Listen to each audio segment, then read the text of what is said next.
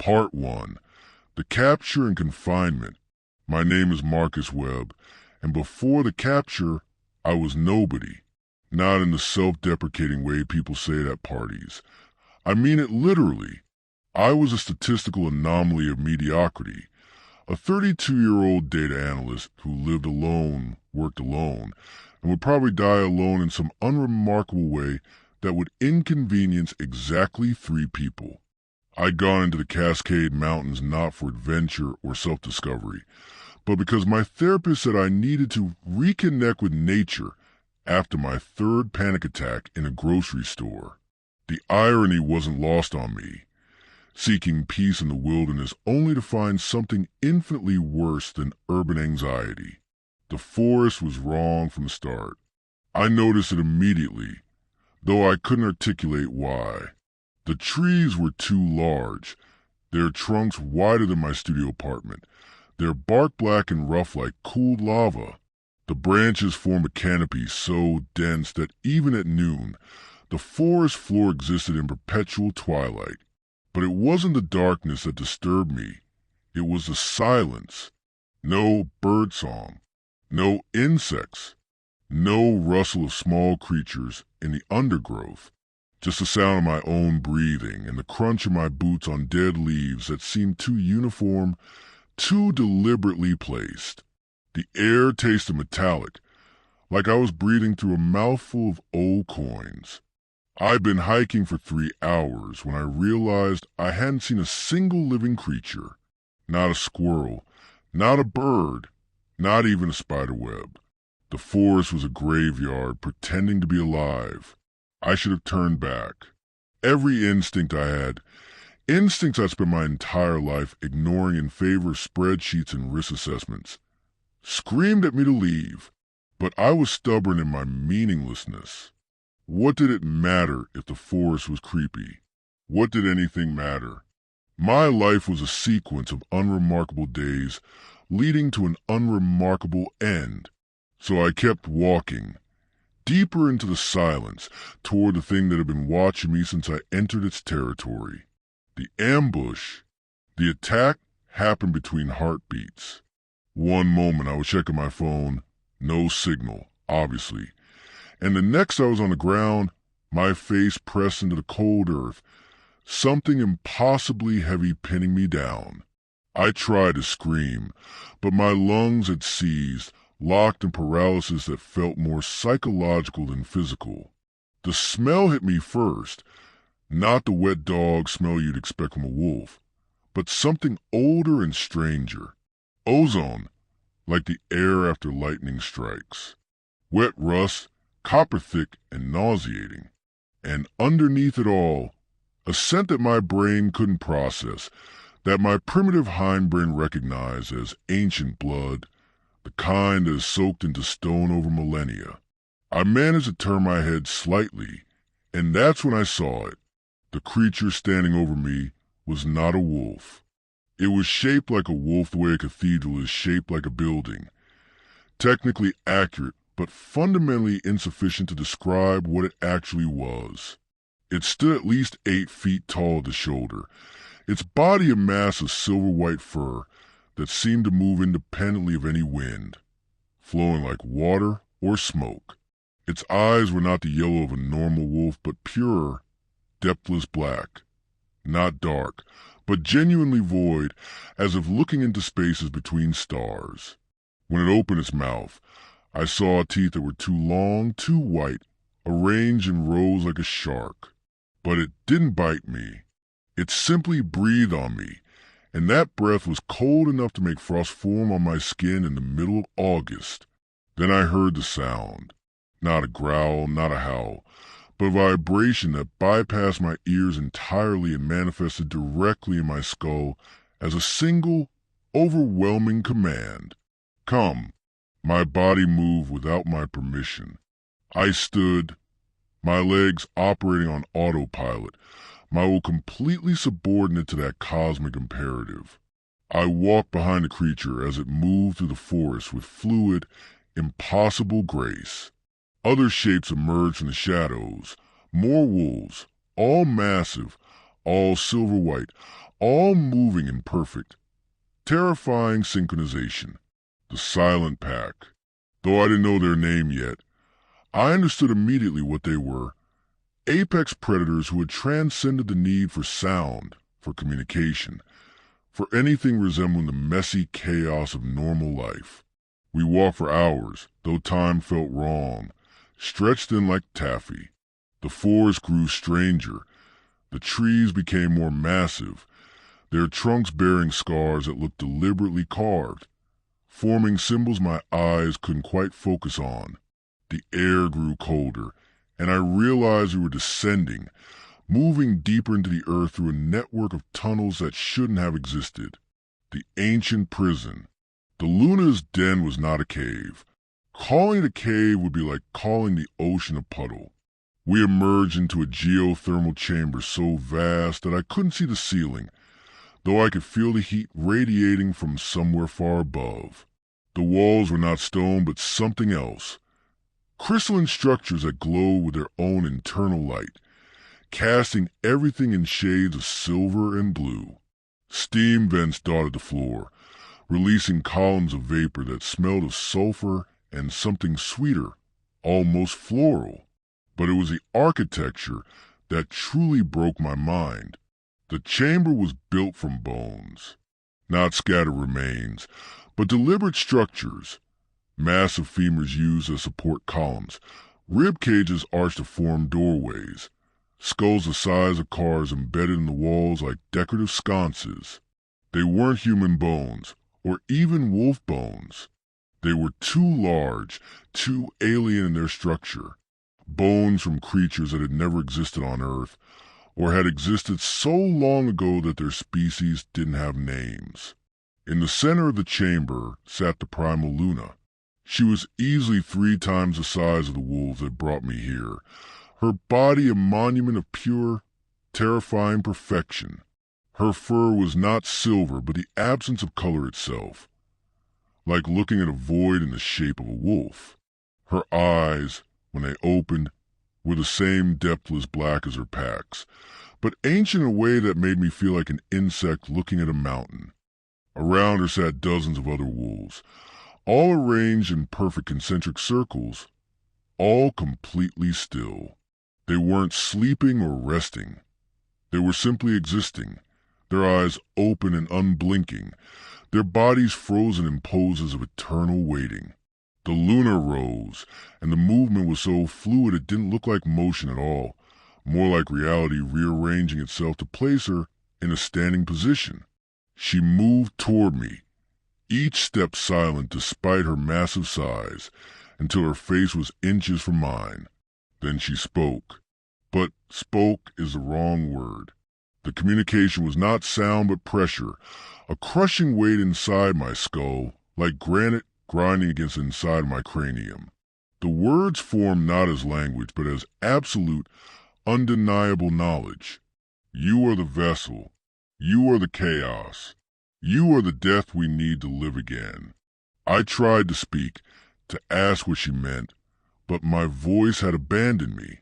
The pressure in my head intensified, and suddenly I understood, not through words, but through direct transfer of intent, exactly what she wanted.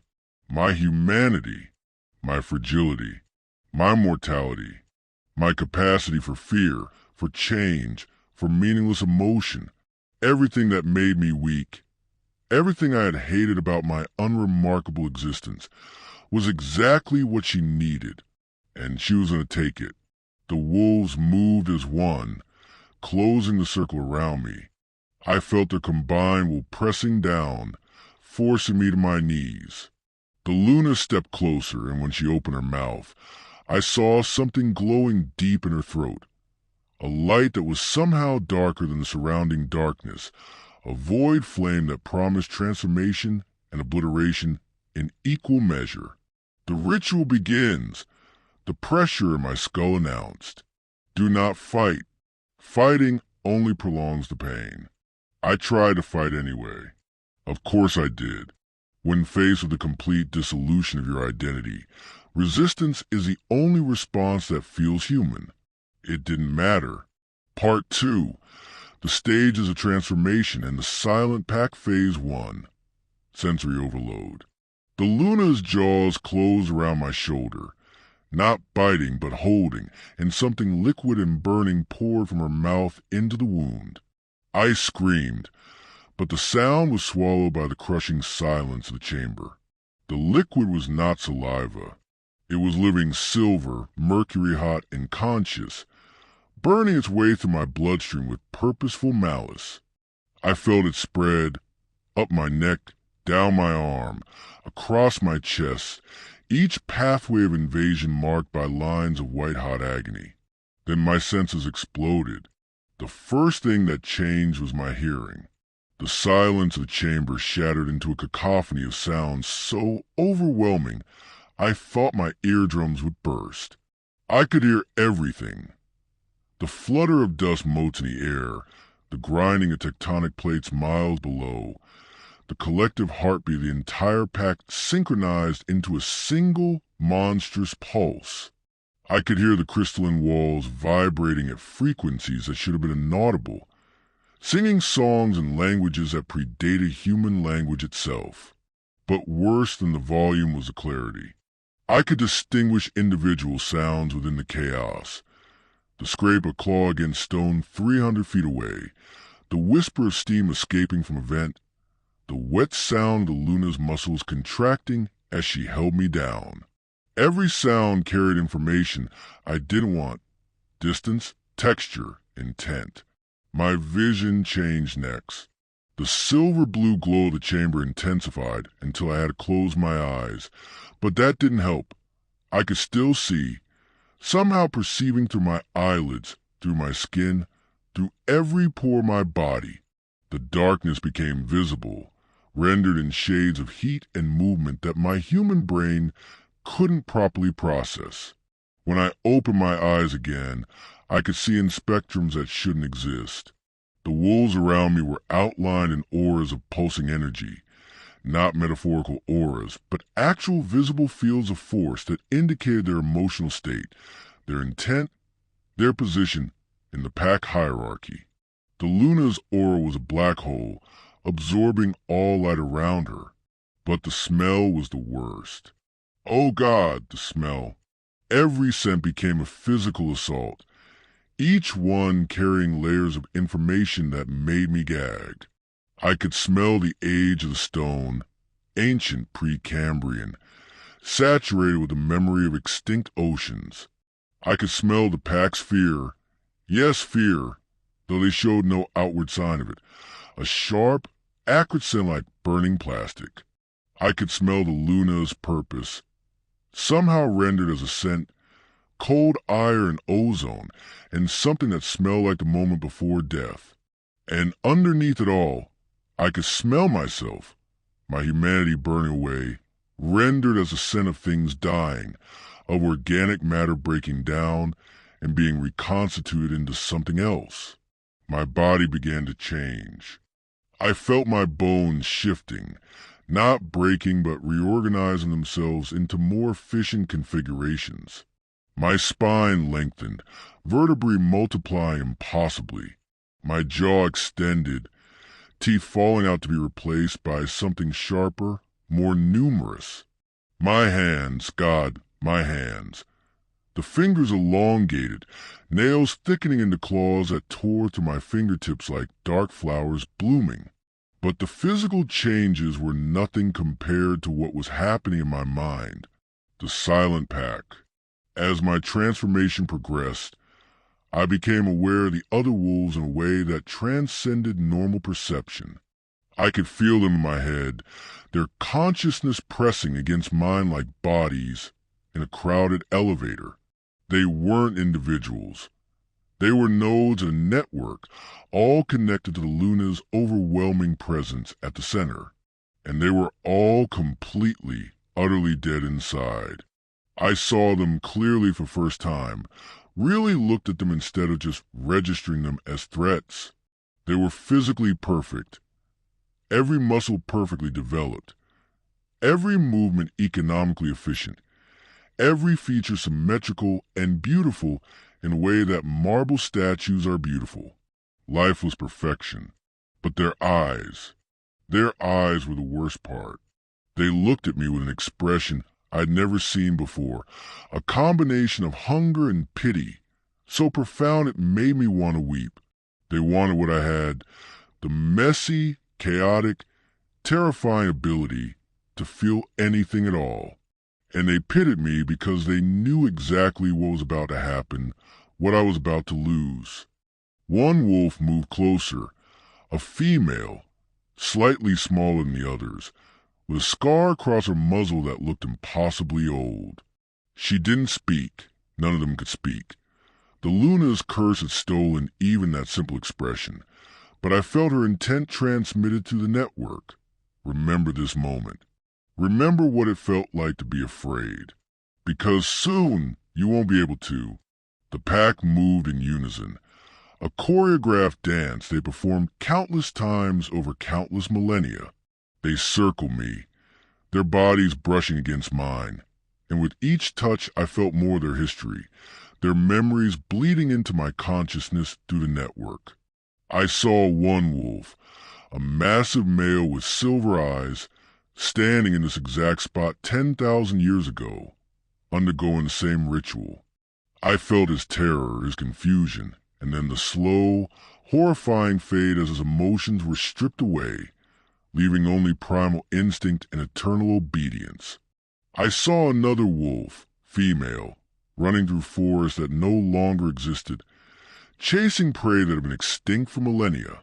But the chase brought her no joy, the kill no satisfaction. She ran because running was efficient. She killed because killing was necessary. But she felt nothing. And I saw the Luna's memory, ancient and vast, of a time, before the curse, when they had been something else entirely. The pack enforced the Luna's will with absolute precision. When I tried to resist the transformation, when some part of my dying humanity screamed to fight back, they were there, their combined presence crushed them out like an insect under a boot. But they didn't do it with cruelty. They did it with the mechanical efficiency of a machine, because cruelty requires emotion, and they had none left to spare. The scarred female leaned close, her massive head level with mine, and I felt her final message. We were warned. We thought we were strong enough to endure eternity. We were wrong. Learn from our mistake. Human, remember that death is not the curse. Living forever is. Phase 2. Primal instinct versus will. The transformation reached a critical phase where the pain became abstract, separated from my consciousness by some merciful buffer in my rapidly changing brain. I floated in a space between human and other, my identity stretched thin across an expanding awareness. The Luna's presence pressed into my mind, not gently but with the overwhelming force of a glacier carving through stone. She was trying to overwrite my consciousness, to replace my chaotic human thoughts with the rigid, perfect instinct of the primal wolf. I felt it happening, my memories becoming ordered, filed away in neat categories that made them easier to ignore. My emotions being smoothed out, their sharp edges dulled until they became distant, academic concepts rather than lived experiences. My sense of self being compressed, refined, made efficient, but I fought back. I didn't fight with strength. I had none. The Luna was infinite in her power, and I was just a dying human being processed into something else. But I fought with the only weapons I had, my memories.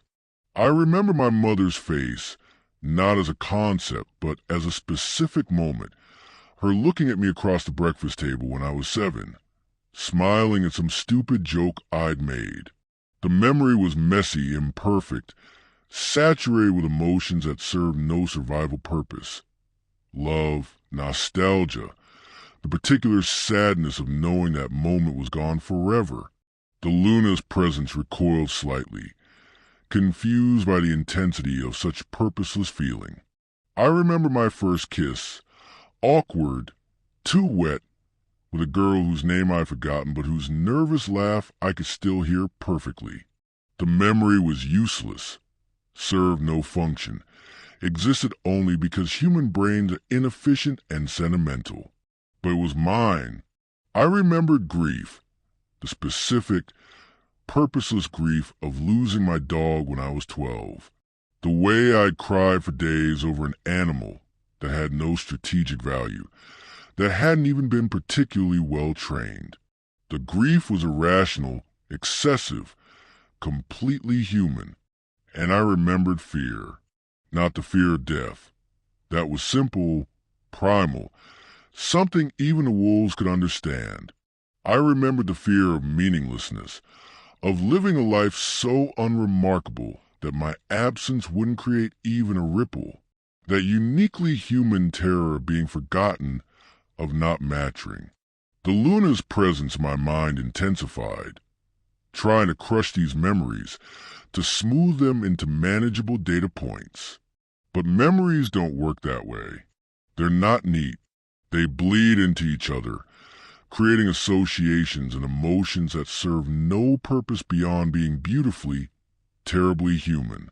I felt her confusion. She had consumed thousands of humans over millennia, but she'd never encountered one who fought back with sadness, with nostalgia, with the absurd emotional weight of meaningless moments. Why do you cling to these fragments? Her presence demanded. They are pain without purpose. They are weakness that serves only to hinder. And I understood, in that moment of perfect clarity, exactly what she didn't understand. Because they're mine, I whispered, though my mouth was no longer capable of forming words. Because being weak, being afraid, being sad, that's not a bug, it's a feature. That's what makes life worth living. The pain, the fear, the knowledge that it all ends. Without that, you're just existing. I felt the Luna's shock ripple through the network. For the first time in millennia, something had surprised her, but my resistance was futile. I was losing track of time, my sense of days and hours dissolving into a continuous present. My memories were fading, not erased but pushed to the background, becoming distant and abstract. I could feel my human identity slipping away like water through fingers, and there was nothing I could do to stop it. The primal instinct rose to fill the void, simple, clean, efficient. Hunt, kill, obey, survive. The thoughts of the perfect predator, unburdened by doubt or fear or meaningless emotion. I was becoming one of them, silent, perfect, dead inside. The fear of stagnation. In my fragmenting consciousness, I noticed some of the others had either missed or accepted. The pack's terror wasn't violence. It was stagnation. They had existed for so long that existence itself had become a prison. Every action had been performed countless times. Every thought had been thought before. Every moment was a repetition of moments stretching back to the millennia, an eternal recursion of perfect, meaningless efficiency. I saw it in how they moved, too perfect, too synchronized, like a video played on loop. I saw it in their eyes, not empty, but filled with a desperate, silent scream of consciousness trapped in an immortal body that could no longer feel anything new. The Luna herself was the ultimate expression of this horror. I watched her move through the chamber, and I realized her movements were too perfect, lacking any spontaneity or variation. She was a creature of absolute power playing out a script written millions of years ago, unable to deviate because deviation required a capacity for surprise, and surprise required capacity to feel. Her fur had no color, not silver, not white, but the complete absence of pigmentation, as if color itself was too chaotic, too alive for her to tolerate. Her eyes were voids not because they were evil, but because there was genuinely nothing behind them except an intelligence so vast and so old that it had consumed itself, leaving only purpose without passion. I understood then why she needed me. why she needed humans, fragile and brief as we were. We were the only source of genuine novelty in a universe that had calcified into eternal repetition. Our mortality meant every moment mattered. Every emotion was urgent. Every experience was unique because it could never be perfectly replicated. We were chaos in a cosmos of perfect order, and chaos was the only thing that could break the curse of eternity. The scarred female wolf moved close again, and I felt her sending me a final, desperate message through the network. She will take everything from you. Your fear, your sadness, your ability to die. And she will use these stolen fragments to create something new. Something that can feel again, can change again, can live instead of just existing. Your sacrifice is not torture. It's the most important thing you'll ever do. But the price is you, the real you. Everything that makes you Marcus Webb will be consumed in the making of something greater. I wanted to refuse. I wanted to rage against the dying of my light. But I couldn't, because somewhere in the depths of my transformed consciousness, I understood she was right. My meaningless life, my unremarkable existence, had finally found meaning, not in living, but in being consumed so that something else could live. The Luna's presence intensified in my mind, and I felt her preparing for the next phase of the ritual. My resistance crumbled, not because I gave up, but because I chose to let go. If my death could give these eternal creatures a chance to feel again, to change again, to actually live instead of just enduring, then maybe my mediocre, forgettable life had a purpose after all. Part 3. The deep lore and the price of eternity, the blessing turned curse. The Luna pressed her consciousness fully into mine, and suddenly I wasn't in the chamber anymore. I was somewhere else, someone else, experiencing her memory as if it were my own. I stood in a void between stars, in a universe that was dying. Not dying quickly, in some catastrophic explosion or collapse, but dying slowly, inexorably, the way an old man dies in his sleep. The stars were going out one by one, their light fading to red, and then to nothing. The cosmic background radiation had cooled to nearly absolute zero. The very fabric of space-time was tearing, creating wounds in reality that bled darkness. And we, the Luna and her kind, were not wolves. We were not even physical creatures in any meaningful sense. We were something else. Beings of pure consciousness, energy given form and purpose, shepherds of dying worlds trying desperately to preserve some fragment of the universe before it ended completely. I saw our purpose. We travel between worlds, carrying seeds of life, nurturing civilizations, try to create something that would outlast the heat death of the universe. We felt everything, joy at successful worlds, grief at failed ones, hope that somehow, impossibly, something would survive. But the universe was ending, and no amount of hope could change the fundamental physics of entropy. Then came the offering. I saw it as the Luna saw it, a vast, cosmic entity that existed outside normal space-time, something so alien that my human wolf hybrid brain could barely process its shape. It spoke to us in a language of pure mathematics, offering salvation, eternity, perfect preservation, the blessing of immortality that transcends the death of universes. We were desperate. Our purpose, our entire existence, was threatened with extinction. Of course we accepted.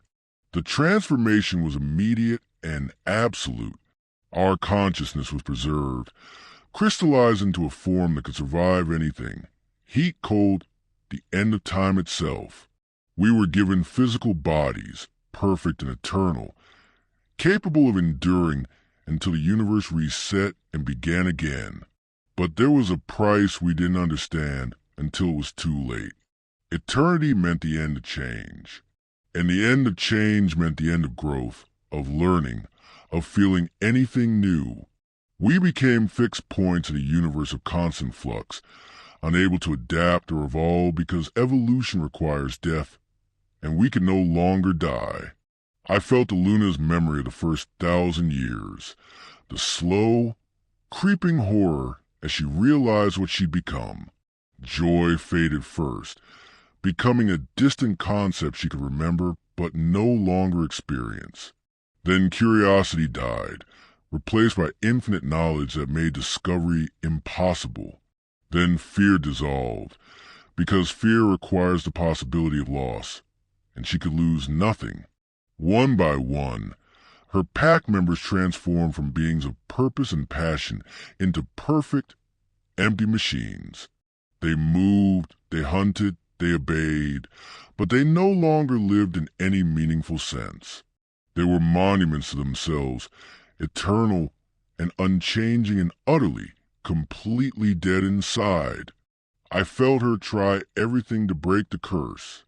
She tried pain, inflicting wounds on herself that should have been agonizing, but she felt nothing beyond the abstract recognition of tissue damage. She tried meditation, trying to force herself to feel again through sheer will, but will itself had become mechanical, purposeless. She tried death, throwing herself into volcanoes, into the crushing depths of the ocean, into the void of space. But the blessing wouldn't allow it.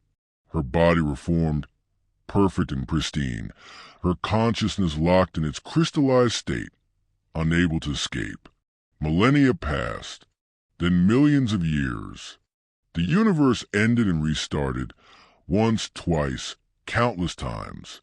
The Luna and her pack endured through all of it, perfect and unchanging, watching new universes bloom and die while they remained, eternal witnesses to everything and participants in nothing, until they discovered Earth, the true harvest. The Luna's memory shifted, showing me the discovery of humanity.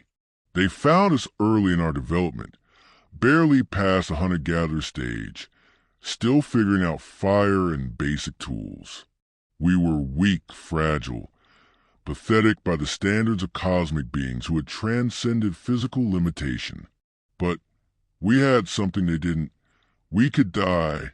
More than that, we knew we could die, and that knowledge infused every moment of our existence with urgency and meaning. We felt joy because we knew it was temporary.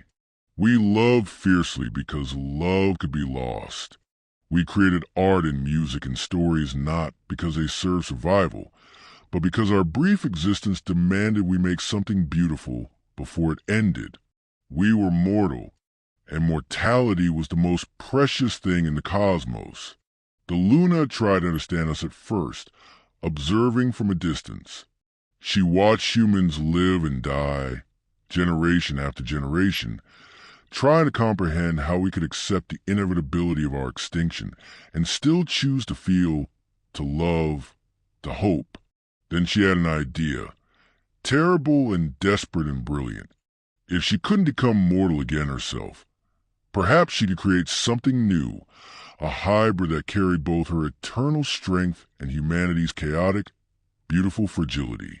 A being that could change, grow, feel, die, and in doing so, break the curse that had frozen her pack in eternal stasis.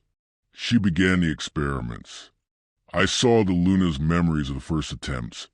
Humans captured and transformed, their consciousness merged with the primal wolf essence. But early attempts failed. The humans were too fragile. They shattered under the weight of transformation, their minds breaking before the imprinting could complete. She refined the process over centuries, learned to be more selective, to choose humans whose baseline psychology could withstand the crushing pressure of cosmic consciousness, learned to take only what she needed, not the whole person, but specific fragments, the capacity for grief, for irrational love, for meaningless hope. And slowly, agonizingly, it worked. Each human sacrifice allowed her to create a tiny spark of genuine emotion in one of her pack members, A wolf who had been empty for millennia would suddenly experience a flash of curiosity, a moment of joy, a heartbeat of fear. The feeling would fade quickly, consumed by the overwhelming weight of eternity, but it existed, proving that the curse could be broken. Now, after millions of years and thousands of human sacrifices, she was ready for the final phase, the Omega, her consciousness pressed into mine, and I understood what she meant. Not just another hybrid, not just another spark of temporary emotion. She was going to create a being that embodied the complete union of eternal power and mortal chaos, a creature that could live forever while still maintaining the capacity to change, to feel, to actually experience existence instead of just enduring it. And I was the final component, the last human sacrifice needed to complete the ritual. She didn't need my strength. The pack had infinite strength. She didn't need my intelligence. They possessed knowledge spanning universes. What she needed was my mortality, my fragility, my capacity for sadness and fear and irrational, beautiful human emotion. She needed my ability to die, because death was the only thing that made life meaningful. The Luna showed me the vision of what she was creating, a new generation of wolves born from the imprinting of my humanity onto their eternal essence. They would be powerful beyond measure, but they would also be mortal. They would feel pain, fear, joy, love, all the chaotic, messy emotions that made existence worth experiencing. They would live, truly live, for the first time in millions of years. And all it would cost was me. Every fragment of my identity, every memory, every emotion, all of it would be harvested, distilled, and imprinted onto the new generation. I would be gone, not dead but dissolved, my consciousness scattered across the pack like seeds in fertile soil. The final acceptance. I stopped fighting, not because I was defeated, but because I finally understood. My entire life, 32 years of unremarkable, forgettable existence, had led to this moment. I had always felt like I was waiting for something, for some purpose that would make my meaningless days add up to something significant. This was it. My ability to die, my capacity for sadness, my irrational human fear of being forgotten. These weren't weaknesses. They were the most valuable things in the entire cosmos. More valuable than infinite strength, than cosmic knowledge, than eternity itself. Because what good was existing forever if you couldn't actually live? I felt the Luna's presence in my mind, and for the first time, it wasn't oppressive or invasive. It was almost gentle, like a surgeon preparing a patient for necessary amputation. You understand, she communicated, and it wasn't a question. I understand, I said, though I no longer had a mouth capable of speech. The words formed in the network, transmitted to every wolf in the pack simultaneously. My life didn't matter when I was living it. But my death, my dissolution, that matters. That means something. I felt the scarred female's response, tinged with the first genuine emotion she'd experienced in millennia, gratitude mixed with profound sadness. Thank you, she transmitted. Thank you for giving us what we lost. Thank you for teaching us how to die.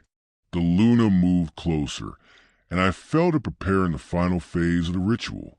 She was going to sacrifice a piece of her own essence, her core eternity, the fundamental element that had kept her alive through the death and rebirth of universes. She was going to combine it with my harvested humanity to create something that had never existed before, the Omega, the final evolution. The impossible hybrid of eternal and mortal. I wasn't afraid anymore. The transformation had progressed to the point where fear was becoming abstract, a concept I could remember but no longer fully experience. But before it faded completely, I held on to one last emotion, one final fragment of my humanity that I wanted to preserve. Hope, irrational, illogical, Beautiful hope that maybe, somehow, some tiny fragment of Marcus Webb would survive in the new generation, not as a consciousness or a memory, but as a tendency, a pattern of thought, an inclination toward specific emotions, a ghost in the machine. Maybe the Omega would inexplicably love the smell of coffee, even though wolves had no use for coffee. Maybe it would feel a strange fondness for stupid jokes that served no survival purpose. Maybe it would look at the stars and feel a tiny, inexplicable sadness that had no source except the dissolved consciousness of a mediocre data analyst who had once looked at those same stars and wondered if he mattered. I'm ready. I communicated through the network. Take what you need. Create something beautiful for my ending. The Luna's response carried the weight of cosmic ages. Your sacrifice will be remembered until the end of time itself. You are the key that unlocks eternity's prison. You are the death that births life. And then the final harvest began. Part 4, Climax and the Guardian's Fate, the Omega Ritual. The entire pack gathered in the geothermal chamber, filling the vast space with their synchronized presence. They moved as one, arranging themselves in complex geometric patterns that I somehow recognized as having cosmic significance. Formations that channeled energy, that focused intent, that bent reality itself into new configurations. The Luna stood at the center, and I floated above her, not physically, but consciousness-wise, my awareness now separated from my transforming body.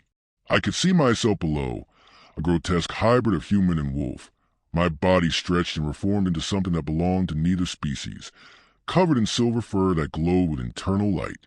The pack began to chant, not with voices, but with synchronized thought, their combined consciousness creating a psychic resonance that made the crystalline walls vibrate in harmonic frequencies. The sound bypassed normal hearing, manifesting directly in the mind as pure, overwhelming purpose. The Luna tilted her massive head back, and her mouth opened impossibly wide. From deep in her throat, something emerged, a sphere of absolute darkness, so perfectly black it seemed to create a void in reality itself. This was her core essence, the fundamental piece of eternity that kept her alive through the death of universes. As it emerged, I watched her change. The transformation was subtle but profound. Her fur, which had been the absence of color, suddenly showed the faintest hint of gray. Her eyes, which had been voids, developed tiny flecks of something that might have been color. Her movements, which had been too perfect, gained the slightest hesitation, the smallest variation that indicated genuine spontaneity. She was becoming mortal again, choosing mortality, deliberately sacrificing her eternity to create something new. The sphere of darkness floated upward, and I felt it pulling at my consciousness, drawing out every fragment of my humanity, like water pulled by irresistible gravity. My memories began to flow out of me, not painfully, but with the inevitability of dawn breaking. I felt each one leave, my mother's face, the taste of my first beer, the embarrassment of a failed job interview, the quiet satisfaction of solving a difficult equation, the loneliness of Sunday evenings, the irrational fear of dying alone. Every mundane, meaningless, beautifully human moment pulled free and absorbed into the sphere, but they didn't disappear. As each memory entered the darkness, it transformed, the emotion crystallizing into something permanent, unchanging, perfect. My sadness became eternal sadness. My joy became eternal joy. My fear became eternal fear. All the chaos and messiness of human emotion refined into pure, distilled essence. The lunar sphere of eternity and my harvested humanity began to merge. The moment they touched, reality screamed. The crystalline walls shattered into clouds of glittering dust.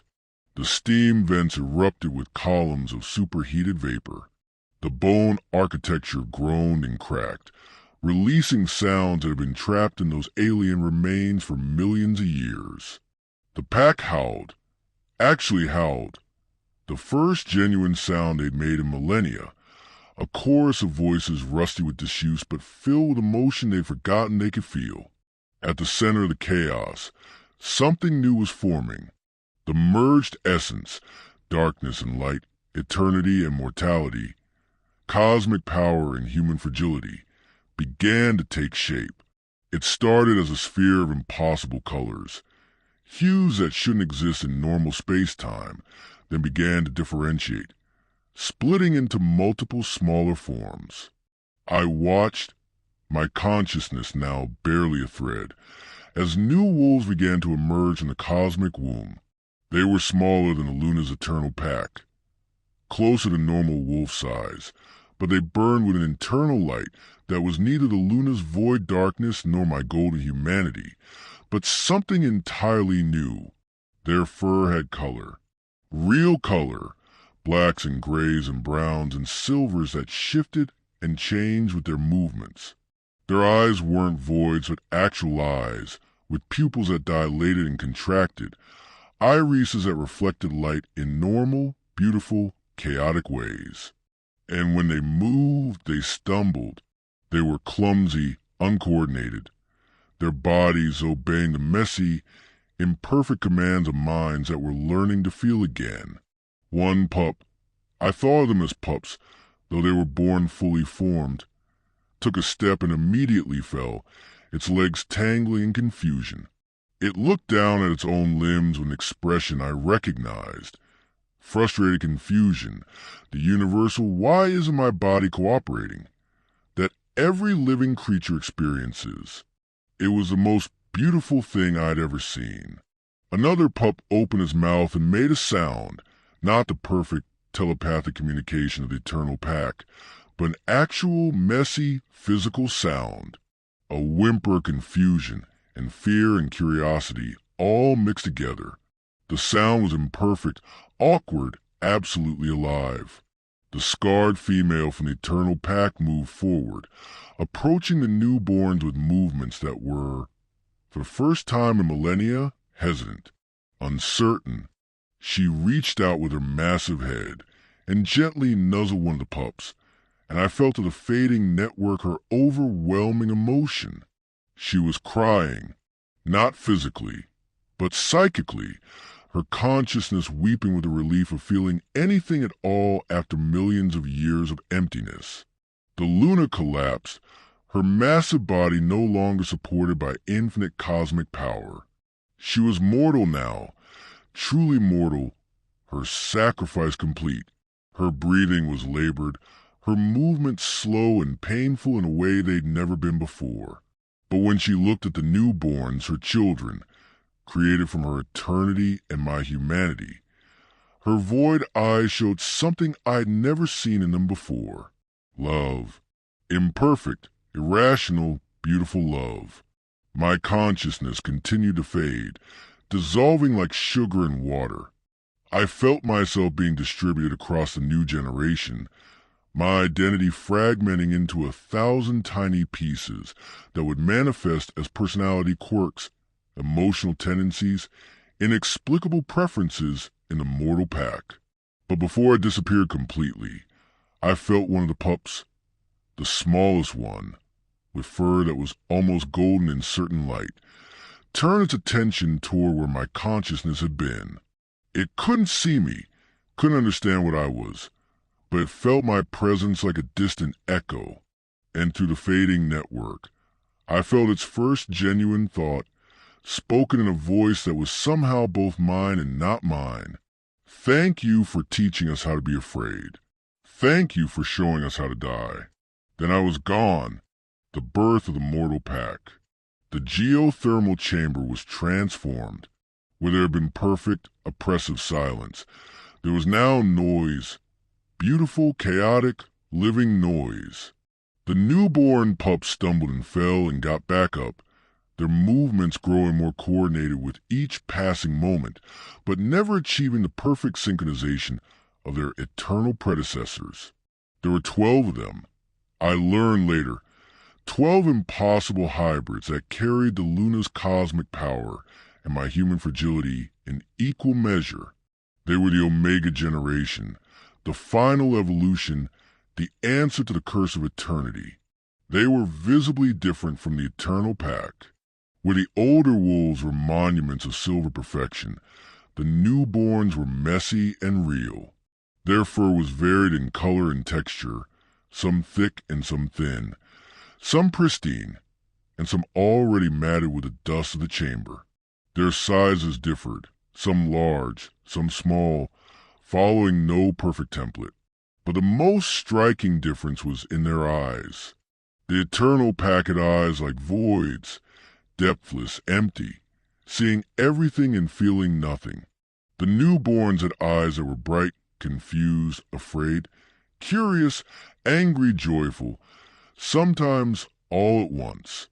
Their eyes darted around, taking the world with the desperate intensity of beings who knew, instinctively, that every moment was precious because moments could end. The smallest pup, the one with the almost golden fur, looked up at the eternal pack with an expression of pure wonder. Then it opened its mouth and spoke, its voice rough and uncertain but unmistakably real. What are we? The question hung in the air, revolutionary in its simplicity. The eternal pack had never asked what they were. They simply were, perfect and unchanging and utterly certain of their nature. But this pup bore with mortality woven into its essence, asked a question that defines all living things. What am I? Why am I here? What is my purpose? The scarred female approached slowly, her movements no longer perfectly fluid, but showing the first signs of genuine age and wear. She looked at the newborn with eyes that were beginning to develop color, faint hints of amber breaking through the void black, through the network, now fragmented and imperfect, no longer the perfect hive mind before. She transmitted a thought that carried the weight of her millions of years. You are alive, truly alive. You can grow, change, love, fear, hope, and die. You are everything we lost and everything we've been trying to reclaim.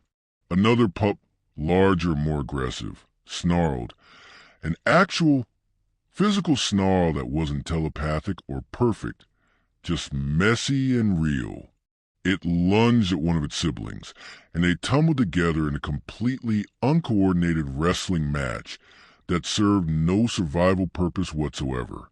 They were playing, fighting for fun, wasting energy on an activity that had no strategic value beyond the simple joy of movement. The eternal pack watched in stunned silence, witnessing something they'd forgotten was possible. Spontaneous, purposeless, beautiful chaos. The Luna struggled to her feet, her massive body no longer moving with effortless grace, but with the painful, determined effort of a mortal creature fighting against physical limitation. She approached her newborn pack, and they scattered in fear, genuine, unfiltered fear, before curiosity brought them creeping back. She tried to communicate telepathically, but the connection was weak, fragmented. Her power was fading, her eternity bleeding away with every breath. So she did something she hadn't done in millions of years. She spoke aloud. Her voice was like grinding glaciers, like tectonic plates shifting, like the sound the universe made when it was born. But underneath the cosmic weight, there was something fragile and tentative. She was learning to use sound again, remembering what it meant to communicate with mere vibrations in air rather than direct consciousness transfer. You are my children, she said, each word carefully formed. You are the future, the real future, not eternal, not perfect, but alive. The Luna's final command. The Luna was dying, not quickly, but visibly, her form shrinking with each passing moment as mortality claimed what had once been eternal. Her fur, which had been the absence of color, was turning gray, real, physical gray like ash in storm clouds. Her eyes, which had been voids, were becoming cloudy, developing the cataracts of genuine age. She was hundreds of millions of years old, and now that she was mortal, all those years were catching up at once. The newborn pack gathered around her, their fear giving way to confused concern. They didn't understand what was happening. They were only minutes old, But some instinct born from my imprinted humanity told them that this was important, that they should pay attention. The Eternal Pack formed an outer circle, witnesses to their Luna's final moments.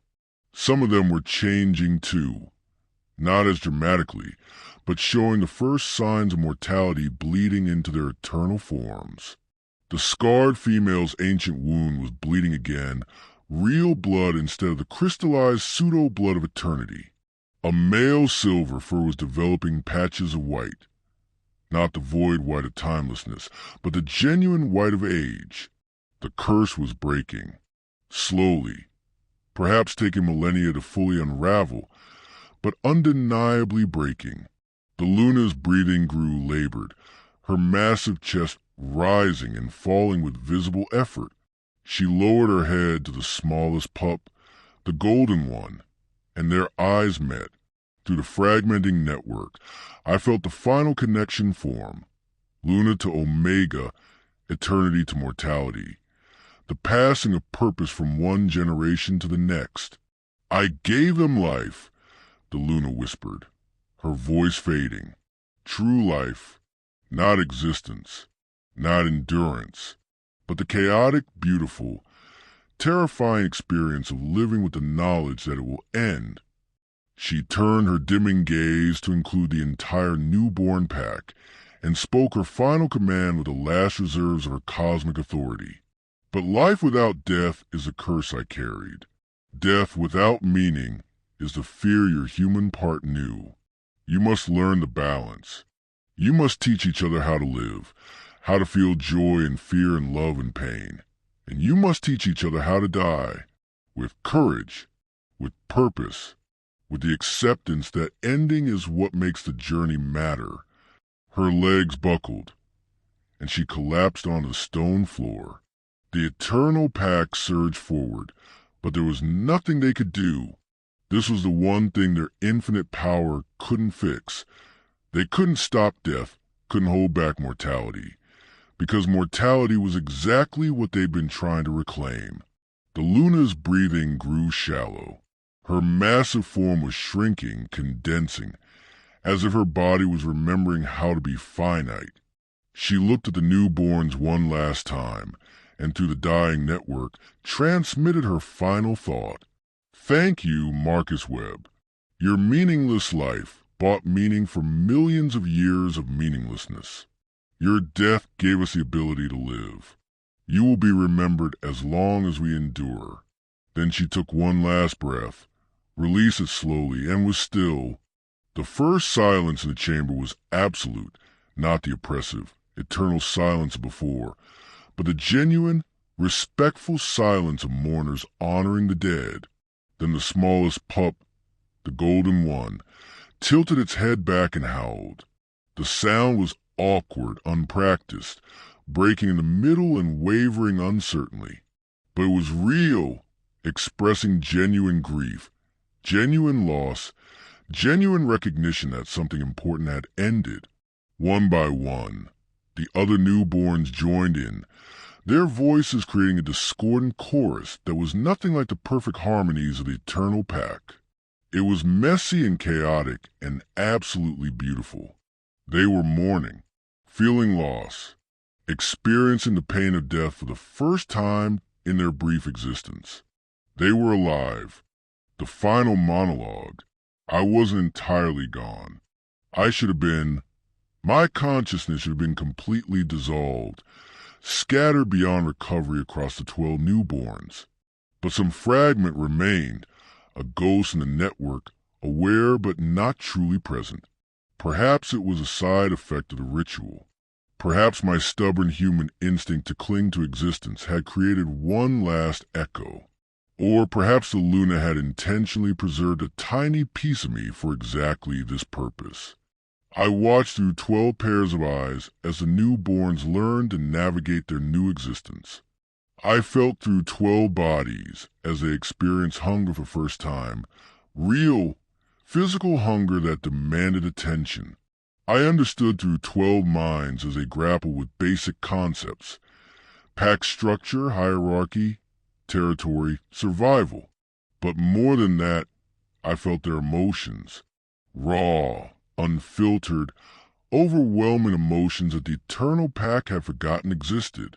The largest pup felt anger. Real, burning anger when another pup took food it wanted. The anger served no cosmic purpose, solved no universal problem, but it was genuine and immediate and utterly alive. A middle-sized pup felt curiosity, an overwhelming need to explore, to understand, to stick its nose into every crevice of the chamber, even when doing so served no survival purpose. The golden pup, the smallest one, the one that carried the strongest imprint of my personality, felt fear. Not the abstract, manageable fear of strategic risk, but genuine, irrational, paralyzing fear of the dark corners of the chamber, of the massive bones in the walls, of the unknown future stretching ahead. And I felt love, imperfect, instinctive love between siblings who were minutes old, but already forming bonds that had nothing to do with survival advantage and everything to do with the messy, illogical need for connection. The scarred female approached the fragment of consciousness I'd become, and though she couldn't see me directly, she sensed my presence in the network. "You're still here," she transmitted, her mental voice now carrying emotion, surprise tinged with something like hope. "A fragment of you survived." "Not survived," I replied, my thoughts barely coherent. "Just lingering. An echo, a ghost in the machine." "Will you fade completely?" "Eventually. Or maybe I'll exist like this forever. Spread so thin across the pack that I'm not really conscious anymore. Just a tendency, a preference, a ghost influencing decisions without knowing why." The eternal pack gathered around the newborns, no longer as masters or enforcers, but as guardians, protectors, teachers. They were learning too, relearning how to care, how to feel responsibility that wasn't just mechanical obedience but genuine concern. The golden pup stumbled over to where my consciousness was most concentrated, some instinct drawing it to the source of its personality. It looked up with eyes that were my eyes, expressed through a wolf's face, and spoke in a voice that carried echoes of my own. "What do we do now?" And I understood my purpose, not as Marcus Webb, the forgettable data analyst, but as the fragment of humanity woven into 12 impossible creatures. The Luna had given them life, had broken the curse of eternity, had sacrificed her cosmic power to create something new. But life without guidance, mortality without wisdom, was just as meaningless as eternity without change. "You learn," I said, my voice resonating through the network to all 12 newborns. "You learn to hunt, to fight, to survive. But more importantly, you learn to feel, to embrace the fear and the joy and the sadness and the love. You learn that being afraid isn't weakness, but proof that you're alive. You learn that making mistakes isn't failure, but evidence that you're growing." The golden pup tilted its head, confused. "But we don't know how to do those things." Neither did I. Neither does any creature born into this world. That's the point. The Eternal Pack knew everything, and that knowledge made them dead inside. You know nothing, and that ignorance is your greatest gift. Every moment is new. Every experience is discovery. Every mistake is a lesson. I felt the scarred female's approval, her ancient consciousness beginning to understand what the Luna had truly created. Not just mortal wolves, but beings capable of growth, of change, of genuine evolution. "And death?" the largest pup asked, its voice aggressive, challenging. "The Luna said we must learn to die." "How do we learn that?" "By living," I replied. "Every moment you live with the knowledge that it could be your last, you're learning. Every time you feel fear and move forward anyway, you're learning. Every time you love something knowing you could lose it, you're learning. Death isn't the enemy, meaningless existence is. The Luna endured millions of years of meaningless existence, and it destroyed her. But you'll have decades, maybe centuries of the hybrid nature extend your lifespan. But every moment will matter because you know it's limited. The newborns were quiet, processing this information with minds too young to fully comprehend, but old enough, thanks to my imprinted wisdom, to sense the truth in it. So we're meant to suffer? Another pup asked, its voice small and afraid. We're meant to feel pain and fear and loss. You're meant to feel everything. The pain and the joy. The fear and the courage. The loss and the love. That's what makes you alive instead of just existing. The eternal pack couldn't suffer, and that inability made them prisoners. You can suffer, and that capacity sets you free. I felt my consciousness fading further, the fragment spreading thinner across the network until I was barely a whisper. But before I disappeared completely, I needed to give them one final gift. The thing that had defined my meaningless human existence and could now give meaning to their extraordinary one. Hope. You are the first generation born from the union of eternity and mortality. I said, my voice growing distant. You carry cosmic power in finite bodies. You are stronger than humans, wiser than beasts, more connected than any pack that's come before. But your greatest strength isn't your power. It's your ability to change, to grow, to become something new with each passing day. The universe is vast and cold and indifferent, but you are not. You can create warmth in the cold. You can make meaning in the indifference. You can look at an uncaring cosmos and say, I care anyway. That defiance, that stubborn insistence on matching even when nothing matters, that's what makes you alive. The golden pup, my pup, in a way that transcended biology, spoke one last time. Will we remember you? You'll never know me as Marcus Webb. That person is gone, dissolved, harvested to create you. But you'll carry pieces of me in ways you'll never recognize. In your fear of dying alone, in your love of stupid jokes that serve no purpose, in your inexplicable sadness when you look at stars. Those are the fragments of a mediocre human who finally found purpose in his ending. The scarred female transmitted a final question, her ancient consciousness genuinely uncertain for the first time in millions of years. What we call you? What is your title in the pack? And I understood what I had become. Not a wolf, not a human, not even really conscious anymore. Just a purpose, a function, a role woven into the fabric of a new generation. I am the guardian. I said, my voice now barely an echo. The memory they won't remember but will always carry. The father they never met, but who gave them the ability to feel. I am the death that taught them to live. I was claimed by a monster to sire monsters, and she kept her word. Because in the long, silent history of the cosmos, there is no creature more chaotic, more terrifying, and more full of beautiful possibility than a being with the capacity to weep and the courage to die. My consciousness faded completely, dissolving into the network until there was nothing left of Marcus Webb except tendencies and preferences scattered across 12 impossible lives. The newborn pack stood in the chamber, surrounded by their eternal guardians, learning their first lesson in mortality. Sometimes, the most important thing a person can do is cease to exist so that something better can take their place.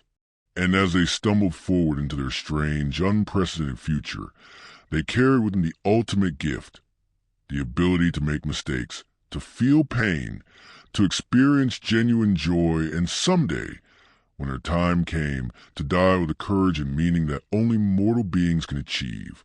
The curse of eternity was broken, and life, messy and chaotic and beautiful, began again. Epilogue, 100 years later. The golden wolf stood on a ridge overlooking the valley, its aging body still powerful, but showing the unmistakable signs of mortality. Gray streaked through the golden fur. Old scars marked its muzzle. Its movements were slower, more deliberate, carrying the weight of a century of lived experience. Below, a new generation played. Pups born not from cosmic ritual, but from natural reproduction, the first true children of the Omega generation. They tumbled and fought and explored with the boundless energy of the young, their voices filling the valley with sounds that would have been impossible in the ancient silence. The golden wolf felt something it couldn't quite name, a sadness that had no clear source, a longing for something it had never known.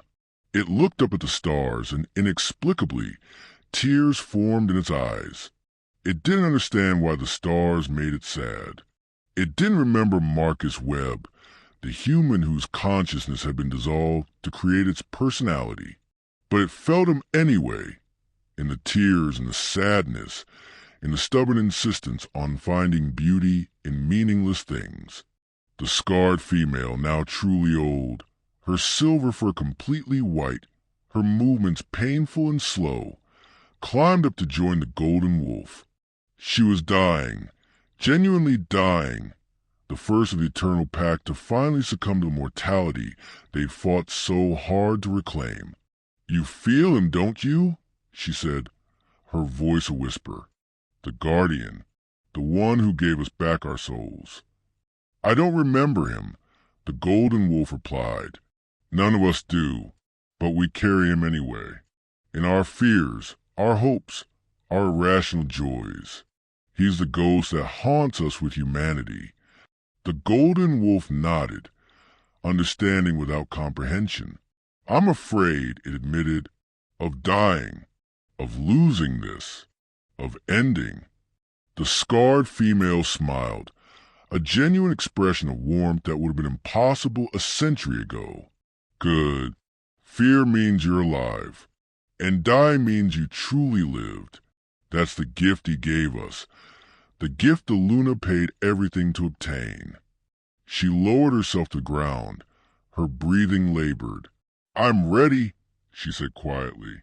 "After millions of years of unwanted eternity, I'm finally ready to rest. Will you stay with me? At the end?"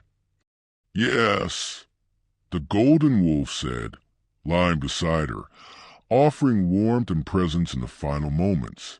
As the ancient wolf's breathing slowed and finally stopped, the golden wolf felt the full weight of loss, genuine, devastating grief that served no survival purpose, but proved beyond doubt that life had meaning. It tilted its head back and howled, a sound of mourning and gratitude, of sadness and joy, of fear and courage, all mixed together in a beautiful, chaotic symphony of mortality. And somewhere in the fragments of consciousness scattered across the pack, the ghost of Marcus Webb smiled. His meaningless life had finally meant something. He had taught monsters how to be mortal, and in doing so, had made them more human than most humans ever managed to be. The end. In the vastness of cosmic time, we are all just fragments, brief sparks of consciousness in an uncaring void. But we can choose what we do with our spark. We can surrender to meaninglessness, or we can burn bright and brief and beautiful, knowing that our ending is what makes our burning matter. The greatest gift we can give is not our strength or our wisdom, but our fragility, our beautiful, terrifying, precious ability to die.